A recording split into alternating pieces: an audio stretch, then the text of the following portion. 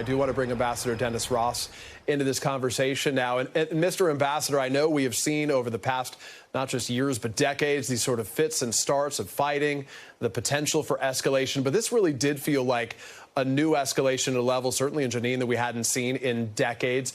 Why now, and what is your number one concern about what's happening right now? Look, I think the reason for it is that the Palestinian Authority, as such, has almost no control over Jenin.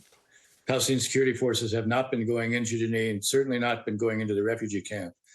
And one of the things the Israelis became increasingly aware of is that many of the attacks on Israelis, at least in the West Bank, shooting attacks, were emanating from Jenin, especially from the refugee camp, and people who would go out, shoot at Israelis, either succeed in killing them or wounding them. They would then get themselves back into Jenin and into the refugee camp. So I think the Israelis, is the more they found that the PA, the Palestinian Authority security forces, would do nothing, they began to operate more and more with what would be small raids in to try to arrest those who they thought were responsible for individual acts. I think they became more and more concerned that the nature of the infrastructure that had developed in terms of arms, explosives, bomb-making labs, they became more and more concerned that this was going to produce a wide escalation and perhaps a large number of deaths. And so they acted to try to disrupt that infrastructure, destroy as much of it as they could, arrest those they felt were organizing it. And they understood this wasn't going to end acts of terror coming out of the West Bank, but it could disrupt it, it could buy time. And if they create the right circumstance in terms of really reducing the level of the threat from there, you might see the Palestinian security forces begin to go back in. It's the absence of any Palestinian Authority efforts from security to deal with that. By the way, not only in terms of that infrastructure, which also can become a threat to the Palestinian Authority, but also basically we're seeing a lot of lawlessness in the West Bank. And so this is really designed to get them to see if they can act so the Israelis don't have to. And as you say, it's that vacuum of leadership that the Israelis and the U.S., the West feels, has really sort of created this situation there in the West Bank. I want to ask you about Iran and their effort to fuel this Palestinian resistance in a moment. But first to the U.S. and the U.S. role here. The White House, Mr. Ambassador, said yesterday it was monitoring this situation, language you would expect from them. But what is the U.S. role here, and what should it be? Look, I think it has to have a couple of elements to it. One gets at what we were just talking about before. There needs to be very thoroughgoing reform of the Palestinian Authority, because the reason the Palestinian Authority security forces are not acting is because increasingly the Palestinian Authority has lost any legitimacy.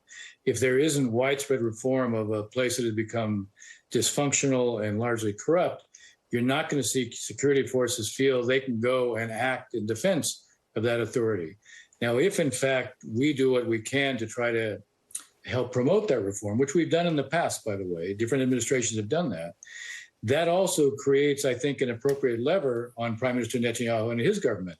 If you have, for example, a new prime minister who comes in who is empowered to carry out reform on the Palestinian side, the Israelis have got to engage in a way that makes it easier for that prime minister to operate, demonstrates that what they're doing actually is successful, so the prime minister builds his authority and becomes more credible and then can act more. So that is a major role, I think, for us to play. Then let me ask you about the role of Iran here. We heard from the Iranian mission to the United Nations today saying that Iran will support any request for assistance from the Palestinian Authority right now, effectively saying that force was the only means by which the Palestinians could fight this effort by Israel. What do you make of that brazen willingness to sort of fuel this conflict from that end? And how do you counter that? How does that complicate the circumstances, not just for Israel, but for the United States there? Look, I think one of the things the Iranians have been trying to do, and you in the report made it clear that many of these attacks are not the function of organized groups like Hamas or Islamic Jihad. You have a lot of 17 to 26-year-olds who are unemployed in the West Bank. You have to be 27 to get a work permit if you're a Palestinian to work in Israel. Many of the 17 to 26-year-olds who are very active in Jenin and in Nablus, they're unemployed.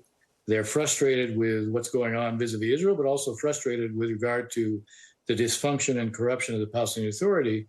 And one of the realities is that they act largely as individuals, less as groups. Now, what the Iranians have been doing, along with Hamas, is pouring money into Jenin and to Nablus, also explosive. So they've already been trying to take advantage of this.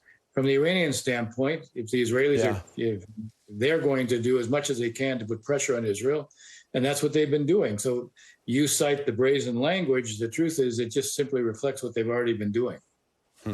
Ambassador Dennis Ross, we appreciate you making time and sharing your expertise. Thanks for watching our YouTube channel. Follow today's top stories and breaking news by downloading the NBC News app.